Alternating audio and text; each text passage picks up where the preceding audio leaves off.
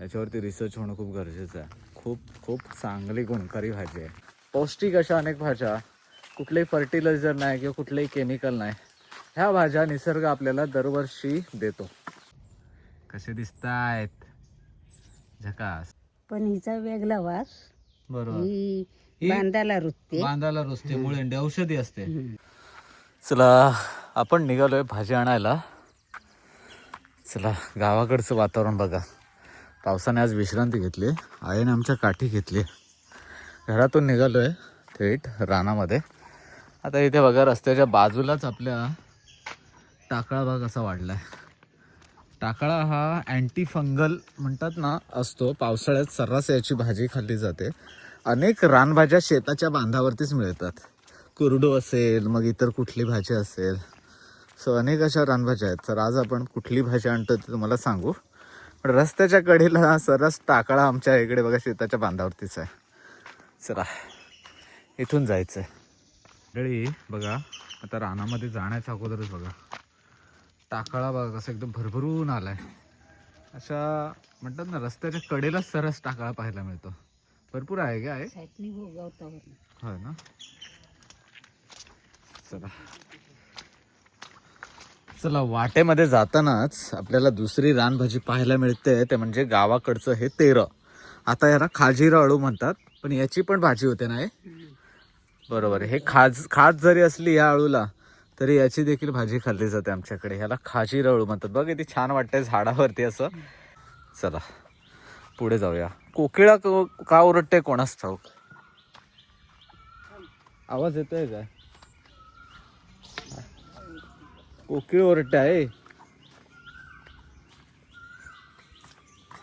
आंब्याचा सीझन गेला, आता कोकिळा का ओरडते बरं कोणास ठाऊक. पावसाला बोलवते वाटतं. आज पाऊस नाही तरी ही वाट आहे ना मस्तपैकी पाण्याने भरलेली असते. हा हा.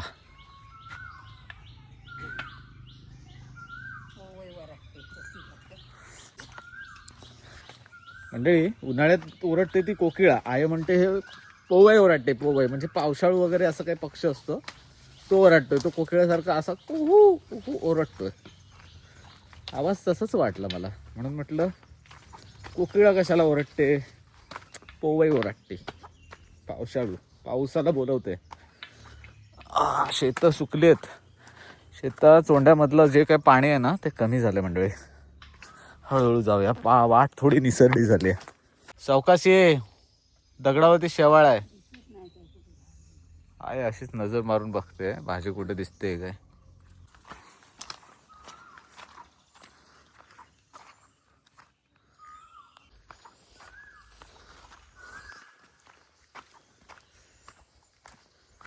बघा ही जी काही सारण आहे, म्हणजे आम्ही याला छोटेसे पाण्याचं ओळ म्हणतो किंवा सारण म्हणतात गावाकडे. तर ते पाण्याचा जो प्रवाह आहे तो पूर्ण सुकलेला आहे. म्हणजे पाऊस खरंच गावाकडे नाही आहे. जरी धोधो पडत असला मध्येच एक मोठी सर येते, पण पाणी ओढ्या नाल्यांना थोडंसं आता कमी व्हायला लागलं आहे. नदीला पाणी भरपूर आहे, तर पण अशा छोट्या छोट्या पाण्याचे प्रवाह आता थोडेसे आटत चालले आहेत. जिथे उपलट झाले तिथे बऱ्यापैकी पाणी असतं.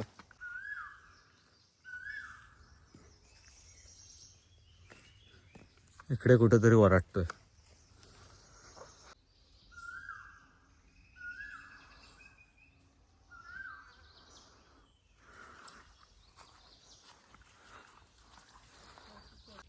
मंडळी या वाटेला तशी फारशी रहदारी नाही, पण वाट एकदम गुळगुळीत झाली.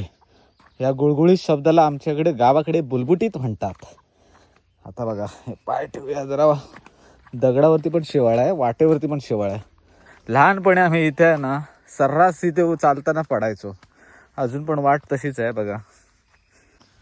चला बघा हा एक फुटवा मिळाला आपल्याला भारंगीच्या भाजीचा. आज भारंगीची भाजी काढतोय आपण, कारण हे मस्त लागते खायला. पण या भाजीला वेगळाच सुगंध असतो.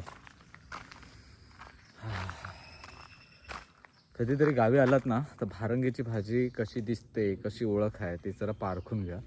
याच्यावरती रिसर्च होणं खूप गरजेचं आहे. खूप खूप चांगली गुणकारी भाजी आहे. इतरही भाज्यांमध्ये औषधी गुणधर्म असतात, पण माझी तर आवडीची भाजी भारंगीची भाजी. कोलिम टाकून मस्त कडू असते कडू असली तरी आवडीची भाजी असणारी म्हणजे भारंगीची भाजी. मंडळी आम्ही ना थोडंसं आमच्या आत्या आहे तर तिला देखील बघायला जातोय आणि म्हटलं वाटेत रानभाजी मिळाली तर ती देखील तुम्हाला दाखवू. चला. हे बघा पूर्ण ही वाट गर्द झाडीने किंवा मग झाडांनी झाकली आहे पूर्ण. हे बघा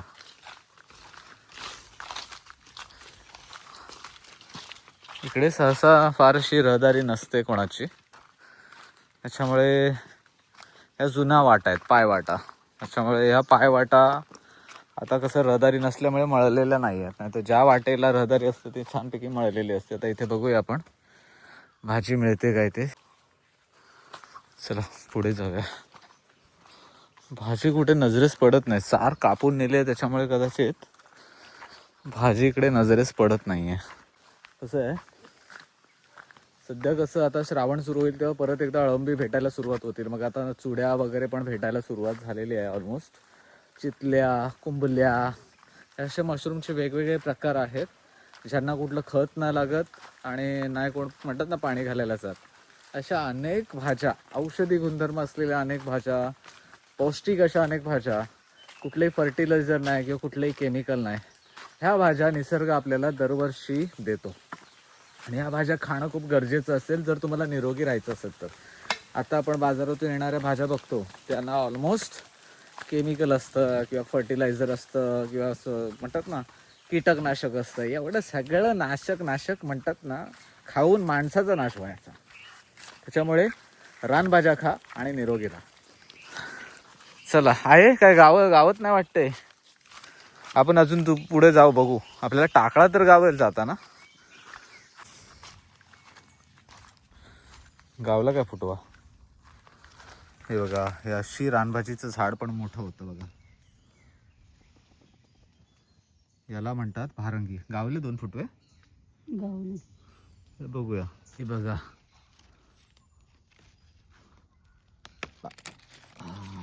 थोडीफार पानं भेटली आहेत. याचा सुगंध वेगळाच. अरे अरे बापरे काटा लागला. मी आज थोडासा तयारीतच आलो होतो. पावसाचं वातावरण होतं त्याच्यामुळे म्हटलं मोबाईलचं कवर वगैरे घेऊया आणि जाऊया. बघा दिसते काय थोडीशी आपली गावली तर म्हणतात ना औषधाला तसं थोडीशी गावली. ठीक आहे चला अजून एक फुटवा गावलाय. खुंटून नेलेली कोणीतरी वाटतं. बाबा पण आमच्या आले होते त्याने काढून नेलेली. चला आपण थोडंसं एका ठिकाणी आलो होतो. ते खैराची झाडं भरपूर आहेत. याला गावाकडचं कोकणातलं लालचंदर म्हणतात. का तर याच्यापासून बऱ्याच काही गोष्टी तयार होतात. इवन रंग, औषधं आणि बरंच काही. वनशेती करायची तर गावाला आता शेतकऱ्यांनी खैराची शेती केली पाहिजे आणि त्यांना कसं वाढवायचं काय वाढवायचं हे सगळं रिसर्च करून सांगितलं गेलं पाहिजे. कारण ह्याला मागणी भरपूर आहे राव. त्याच्यामुळे कोकणातलं लालचंदन तर खैर. सध्या कसं आहे खैराला मागणी भरपूर आहे त्याच्यामुळे आपण आपलं माझं वैयक्तिक मत सांगितलं आहे लालचंदन. नाही तर लालचंदन पण होऊ शकतो कोकणात. हे बघा हे बघा भारंगीचं झाड कसं असतं. त्याला कोणीतरी खुटून नेले ऑलरेडी. हे अख्खं झाड भारंगीचं आहे बघा. हां 2 ढिऱ्या काढतो. हे बघा अशी पाहिजे अशी मस्त वेगळी.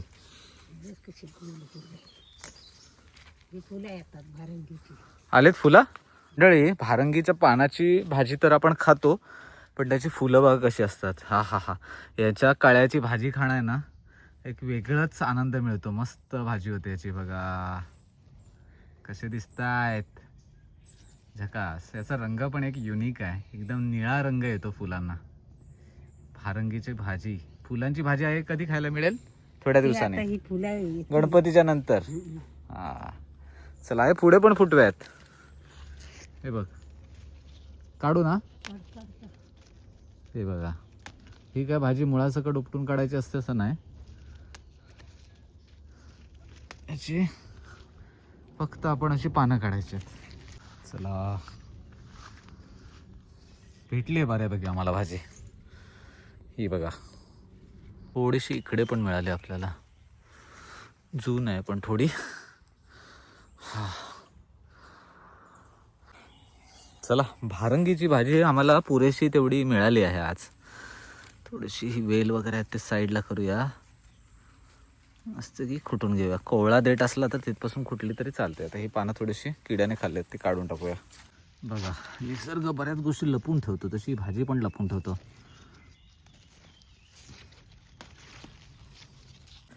कसं आहे, लहानपणी आहे ना मला ही भाजी ओळखायला यायची नाही, पण हळूहळू आजीबरोबर मग आईबरोबर रानात येऊन येऊन या भाजीची ओळख पटली. मुळात या भाजीला ओळखायला हिचा सुगंध जर तुम्हाला माहीत पडला एकदा हिचा, की तुम्ही आयुष्यभर ही भाजी विसरू शकत नाही. अशी ही गुणकारी औषधी रानभाजी म्हणजे आपली भारंगीची भाजी.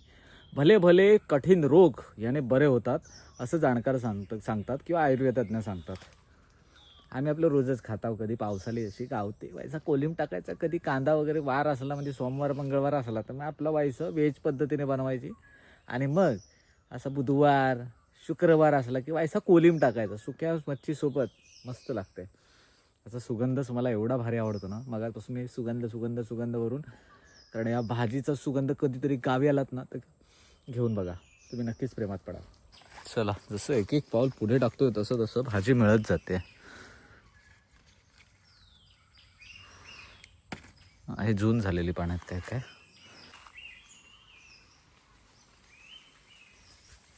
मंडळी, तुम्ही एक नोटीस केलंय, एवढे पक्ष्यांचे आवाज येतात ना इथे. इकडे जास्त कुठली वाहनं नाही आहेत, काय नाही, पूर्ण म्हणतात ना रान आहे, जंगल आहे, आणि पक्ष्यांचे एवढे आवाज येतात ना.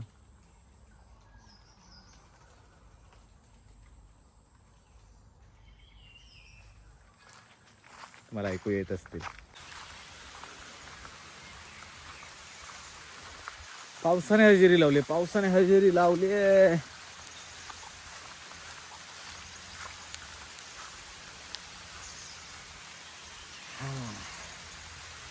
पावसात बरेच दिवस भिजलो नव्हतो. जिकडे जातोय तिथे रेनकोट, मग छत्री. त्यामुळे आज थोडंसं म्हणतात ना शिंतोडे उडवला ना पावसानं तोंडावर. भारी वाटतं असं रानात येऊन भिजण्याची मजा काय वेगळीच. चला पुढे जाऊया. आई कुठे गेले बघूया. पुरेशी झाली. किती गावले? बरोबर बरीच गावले ना. हे बघा, ह्या वाटेवरून जाताना मला ना हे फूल दिसलं. ह्याचं आहे ना, हे तिळाचं पण फूल नाही आहे किंवा मग दुसरी कुठली तरी वनस्पती आहे. मी आईला विचारलं, हे दगडीपाल्याचं फूल वगैरे नाही ना, तर आई म्हणाली नाही, कारण दगडीपाला पण असाच थोडाफार दिसतो. आता ही फुलं बघा, तर ही फुलं इथे सापडतात बघा ह्या वाटेवर. ही इकडे आहेत, तिथे देखील आहेत, पुढे बघा तिथे देखील आहेत. तर हे फूल बघा, बऱ्याच सुगंध पण एक वेगळाच येतो, युनिक सुगंध आहे. भारी. निसर्ग काय काय आपल्याला किमिया दाखवतो ना पावसाळ्यात, त्याचं उत्तम उदाहरण आहे.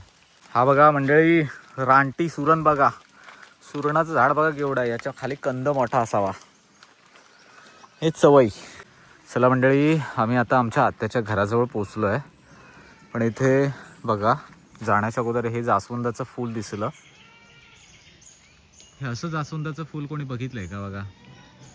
हे ओरिजिनल असं जुनं जास्वंदाचं फूल आम्हाला म्हणजे पाहायला मिळायचं. ही जास्वंदाची वेगळी जात आहे, पण बघा कसं मस्त फुललं आहे हे बघा. चला आत्याच्या घरी जाऊया, थोडा वेळ बसूया आणि मग परत एकदा घरी जाऊया. चला मंडळी, जवळजवळ 1 ते 1.5 तास आपण आत्याच्या इथे घरी थांबलेलो. मस्तपैकी गप्पा गोष्टी झाल्या. आत्याच्या इकडे आलो ना की थोडंसं जुन्या काळात गेल्यासारखं वाटतं, कारण आत्या ज्या काही आठवणींना उजाळा देते. मग आमचा रमेश दादा देखील होता. फार असं छान अशा गप्पा गोष्टी झाल्या. क्वालिटी टाईम स्पेंड करणं काय असतं ना, तसं काहीतरी झालं. फार पूर्वीच्या आठवणी ताज्या अशा विषयाने झाला की आता लोक शेती करत नाही इथपासून अशी चर्चेला सुरुवात झाली. फार पूर्वी इकडे आहे ना, आमच्याकडे गावाला गाई गुरं वगैरे असायची, म्हणजे नंदनवन असायचं. घरपट 4-5 गुरं तरी असायची. आणि अजून तगायत आमच्या इकडे हरेकरवाडीमध्ये काही मंडळी गुरं वगैरे अजून देखील राखतात, पण तेवढ्या प्रमाणात नाही जेवढ्या प्रमाणात पूर्वी होतं. शेणखत घरीच मिळायचं, सारवायला शेण मिळायचं, सगळ्या गोष्टी होत्या. हळूहळू काहीतरी बदललं. गावातली लोक शहरात जायला लागली, शहरातला पैसा, इतर काही गोष्टी गावाला यायला लागल्या. पूर्वी देखील चाकरमानी होतेच ना. आत्ता जरी तुम्ही काय मुंबईत असाल तर तुमचं अर्ध लक्ष गावाला असणं गरजेचं आहे. जेव्हा शेती होईल, वाती होईल, ह्या सगळ्या गोष्टी. आणि कसं पूर्वी कसं घरात 4-5 माणसं असायची, 4-5 भाव असायचे. त्याच्यामुळे कसं आहे, गावाला जरी मुंबईला 2 जण गेले तर गावाला 2 जण सांभाळायचे. आता तसं नाही. आता थोडंसं म्हणतात ना, फॅमिली एकाचं 2 घर झाले, भाऊ वेगळे झाले आणि त्याच्यानंतर ते त्या हळूहळू गोष्टीने ह्या सगळ्या ज्या गोष्टी होत्या त्याचं सगळंच गणित बदललं. आता एकटा भाऊ शेती करू शकत नाही, कारण मनुष्यबळ लागतं. पूर्वी कसं एकत्र कुटुंब पद्धती होते, त्याच्यामुळे सगळ्याच गोष्टी बऱ्यापैकी म्हणतात ना, मनुष्यबळ असायचं. एकत्र कुटुंब पद्धती असल्यामुळे शेतीला सगळ्याच हातभार लागायचा, सगळ्याच गोष्टी इझिली होत होत्या. पण आता हळूहळू सगळेच मुंबईला गेले. मग गावाकडे एखादा भाव असतो, मग त्याच्यानं देखील शेती झेपत नाही. त्याच्यामुळे गावाकडची शेती ओसाड पडत चालली, असं काही जणांचं म्हणणं होतं. की आम्ही ज्या गप्पा गोष्टी मारत होतो तर त्याचं कारण होतं. असं मंडळी, तुम्हाला हे पटतंय का बघा, किंवा याच्यावरती काय तुम्हाला विचार सुचतोय कमेंट करून सांगा. चला परत निघालो घरी.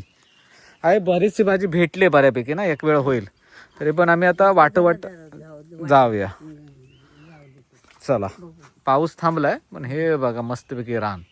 चला घरी जाता जाता देखील आपल्याला थोडीशी अजून भारंगीची भाजी मिळाली आहे. मंडळी, आम्ही आता ह्या वाटेवरून परत जात होतो तर इकडे आहे ना, आईला आमच्या अजून एक भाजी दिसली आहे जी कोणाला, बऱ्याच लोकांना माहिती नाही. ही बघा ती भाजी मुलेंडी, ह्याला म्हणतात मुलेंडी. कोथिंबीर सारखी असते. मुळेंडी. हा, पांढरी फुला येतात तिला वर, बरं, कोथिंबीर सारखं तुरे येतात. होय ना. हा, पांढरे. हे बघा, पण हिचा वेगळा वास. बरोबर. ही बांधाला रुतते. बांधाला रुजते. मुळेंडी औषधी असते. बघू दे, इथं हाय बांधावर आहे बघा. ही इथे अशी पाहायला मिळाली ही मुळेंडी. आणि थरभर इकडे नाही ना, थरभर आमच्या बांधाला आहे. हा, थरभर वेगळं. आता ह्या रानभाज्या कोणी कोणी खाल्ल्या. मुळेंडी बद्दल तुम्हाला माहिती आहे का? मुळेंडी भाजीबद्दल ते कमेंट करून सांगा. आणि थरभर वगैरे तुम्ही कधी पाहिलंय का, तर ते देखील कमेंट करून सांगा. आता ह्या भाजीची ओळख मला आईने गेल्या 2 वर्षापूर्वी केलेली, तर म्हणून म्हटलं तिथे दिसली तर आईने थोडीशी उपटून काढली ती भाजी. सो अनेक अशा रानभाज्या, पावसाळी रानभाज्या. हा, कवल्याच्या भाजीत. कवळ्याच्या भाजीत थरभर, मुलेंडी ही कवल्याच्या भाजीत टाकतात मिक्स करून. हा, मिक्स. म्हणजे चांगली गरगरीत. गरगरीत होते. आता मुलेंडी वगैरे ह्या सगळ्या भाज्या आहेत त्या कवळ्याची भाजी. आता कवळ्याची भाजी कधी मिळाली तर तुम्हाला व्हिडिओमध्ये दाखवू. आहे अजून कवळ्याची भाजी कुठे दिसली नाही ना. होय. श्रावणात येते, श्रावणात आपण दाखवू. होय, लहान आहे. कवळ्याची भाजी कशी गवतामध्ये असते, अशी फारशी लवकर दिसत नाही. सो आता टाकळा, भारंगी या सगळ्या, रोवणं, हे सगळे आपण आता खाल्लेत. आज आपण भारंगीची भाजी खाणार आहोत, म्हणजे आजच्या व्हिडिओमध्ये. मंडळी, अजून एक घरी जाताना एक वनस्पती दिसली. ह्याला आम्ही, हे बघा, ह्याला आम्ही घोड्याची जीभ म्हणायचो. आहे ह्याला काय म्हणतात? बेडकाच्या पाती. ह्या कशा? बेडकाच्या पाती. आता आईला अनुभव जास्त आहे त्याच्यामुळे आई म्हणते बेडकाची पाती, आम्ही घोड्याची जीभ म्हणायचो खेळायचो शाळेत. आणि हे असं काळ्या टी शर्ट वरती वगैरे मारलं की मस्तपैकी सफेद प्रिंट यायची ह्याच्याने, घोड्याची जीभ. आज बऱ्याच गोष्टी आपल्याला पाहायला मिळाल्या.